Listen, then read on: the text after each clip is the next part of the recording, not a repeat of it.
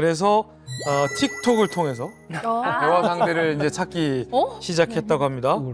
그러다가 유나 씨와 비슷한 또래의 우리말을 쓰는 탈북민 여성과 연락을 하게 돼요. 온라인 상이긴 하지만 낯선 타지에서 사실은 우리말로 툭 터놓고 얘기할 수 자신의 심경을 우리말로 얘기할 수 있다는 건 되게 좋은 경험이잖아요. 위로도 되고. 그래서 말동무가 하나 생겼다고 합니다. 만난 적은 없는 사람인데 어떻게 친해지는 거예요? 그러니까 얘가 좋아하는데 자긴 북한 사람이고 어찌저찌고 이게 뭐 어디서 살고 다 얘기를 하는 거예요. 얘랑 영상 통화를 하면서 보니까 얘는 진짜 이게 외양간 같은 데서 사는 거예요. 정말 이게 위에가 까맣고 그러니까 집이 아닌 집에서 살고 있는 거예요. 그래서 너무 불쌍해가지고 야 너희 집 주소 한번 보내봐 해가지고 거기다 애기 간식도 보내고 아이고야. 얘가 또 먹을 것도 보내주고 그랬거든요. 아이, 만나본 적은 없지만 그래도 좀 이렇게 영상 통화를 하면서 그래도 제가 할 수 있는 건 그래도 저는 있는 게 돈밖에 없어가지고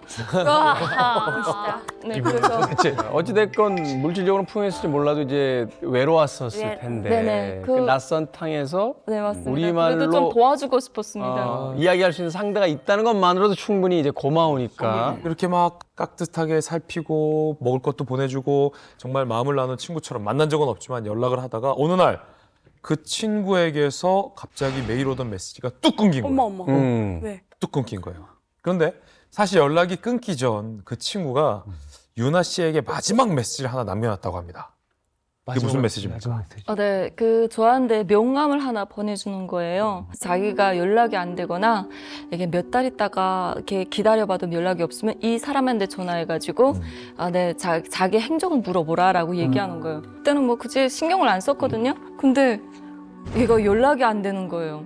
뭐 얘 어디 갔지? 예, 그러니까 전화를 해보고 문자를 보고 진짜 무답인 거예요. 그래서 그다음부터 지금 당황스러운 거예요. 근데 하루는 지금 있는데 전화가 지금 모르는 전화가 지금 오는 거예요. 야, 나 지금 여기 왔다고 하면서 막 그러는 거예요. 한국에 왔다고. 뭐라고? 저 한국에 어떻게 가냐니까 그때 이렇게 해가지고 자기가 준 명함이 그거 불어커존하다. 그때 네, 그 명함을 제가 가지고 있었거든요. 그때 얘가 얘기하는 게 얘가 그 전에는 외양간에서 살던 게 그래도 집도 그래도 좀 괜찮아 보이고 일자리도 좀 이게 국가에서 해줬다라고 해가지고 그다음부터 좀 나는 이게 불안하게 살고 있는데 내 마음이 편하려고 북한을 탈북했는데 탈북에서도 진짜 살얼음 걷는 그럼요. 느낌으로 살았잖아요. 찜찜하고. 네, 그러다 보니까 나도 갈까 하는 생각에 얘 몰래 그게다 전화를 낸 거예요. 저 어디서 사는 누군데 저 한국에 가고 싶습니다라고 얘기하니까 알았어 뭐 어찌저찌 하면서 그 기다리라 해가지고 때를 기다리라 해가지고 그다음에 때를 기다리는데 작별 인사를 해야 하잖아요. 그냥 갑자기 없어지게 그래, 어르신. 어르신이 저를 찾을 수 있는 상 샀잖아요. 이렇게 도와줬는데. 네, 그러다 보니까 이 양아버지한테 얘기했습니다.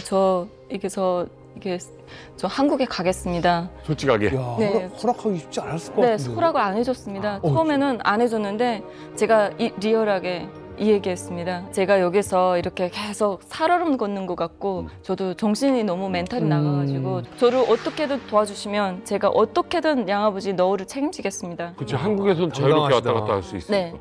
그렇게 얘기하니까 양아버지가 그럼 알겠어. 그게 경찰 하시던 분인데 그분을 이렇게 운전수로 이렇게 해가지고 저를 청도까지 오게 했거든요. 칭따오. 네. 와. 세상에. 네, 그때 청도까지 갈 수 없는 상황이었어요. 왜냐면 코로나 시기였거든요. 코로나 이동이 안 시기에 되니까. 그때 엄청 막았잖아요. 지금 그 탈북한 해가 2020년도죠. 2020이 네네네. 정말 코로나가 이제 극에 달할 맞아요. 때지 않습니까? 중국 난리 났었잖아요. 중국은 정말로 그 이동 자체가 불가능했어요. 인구 3천만 상에는 시 전체가 다 통제됐습니다. 그래서 진짜 중국 내에서 도시와 도시 사이 이동이 불가능했는데 양아버지의 덕이 굉장히 컸던 것 같아요, 진짜. 네, 그때는 하늘이 저에게 길을 열어준 것 같았습니다. 청도 도착해서는 어떻게 됐어요? 청도 도착한 후 좀 길을 기다리는데 정말 하루 이틀이면 갈 수 있다는 길이 좀 길어진 거예요. 왜냐면 이게 코로나 때문에 이렇게 그렇지. 국경 봉쇄가 심하기 때문에 차가 오는 차가 없고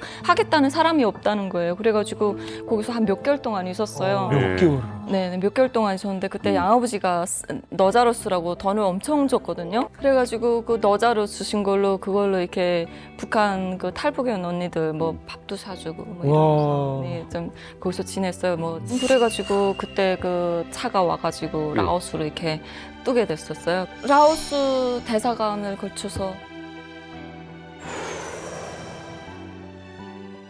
자, 오늘 나오셨는데 대한민국에 사시면서 좀 이런 게 좋다, 좀 이렇게 살고 싶다 하는 게 있다면? 자유가 더 있잖아요. 네, 자유가 너무 달콤한 자유가 나를 감시하는 사람도 없고 내가 하고 싶은 말을 내가 하고 싶은 대로 하고 내 생긴 그대로 살 수 있고 그게 너무 좋더라고요. 아니 그러면 지금 양아버지랑도 지금 혹시 연락을 네, 하고 통화합니다. 상쪽 받으라고 올라오기도 합니다. 와. 아버지. 같이 한번 그러면 제가 안내를 해드리겠습니다.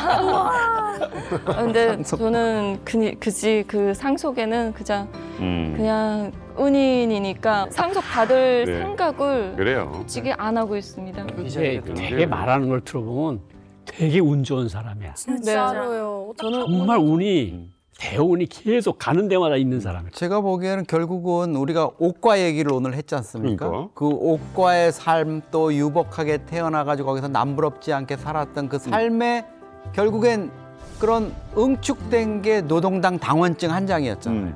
근데 결국은 어떻게 보면 그 노동당 당원증 한 장을 잃어버리는 그 사건이 그렇지. 오늘날 또 새로운 삶을, 자유로운 삶을 찾게 만드는 별의 순간이 되는 이런 아이러니함을 느끼게 됩니다.